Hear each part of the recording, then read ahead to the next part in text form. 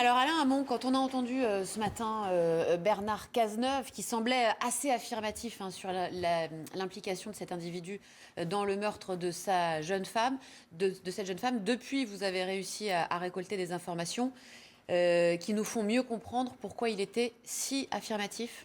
Oui, les enquêteurs de la brigade criminelle ont travaillé très très vite et les différents laboratoires de la préfecture de police ont travaillé très très vite à partir du moment où l'individu a été interpellé, complètement par hasard, faut-il le rappeler tout de même. Bon, pourquoi? Qu'est-ce qui s'est passé?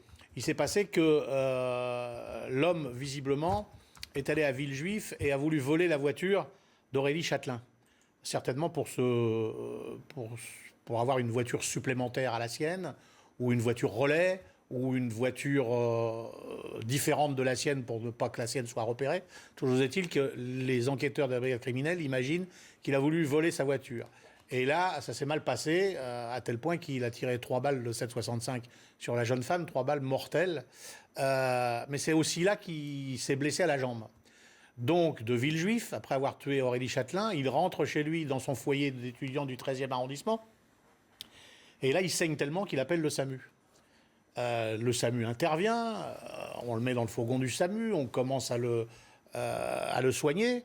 Et puis là, les gens du SAMU s'aperçoivent que c'est une blessure par balle. Systématiquement, appel à la police. Les policiers arrivent, les gardiens de la paix arrivent. Ils lui demandent des explications. Le type veut rien dire. Il apparaît que sa voiture n'est pas très loin de là. Les policiers lui demandent où est cette voiture. Il ne veut pas dire où est la voiture. Ils veulent récupérer les clés de la voiture. Il ne veut pas donner ses clés. Donc, ils font comme le petit poussé.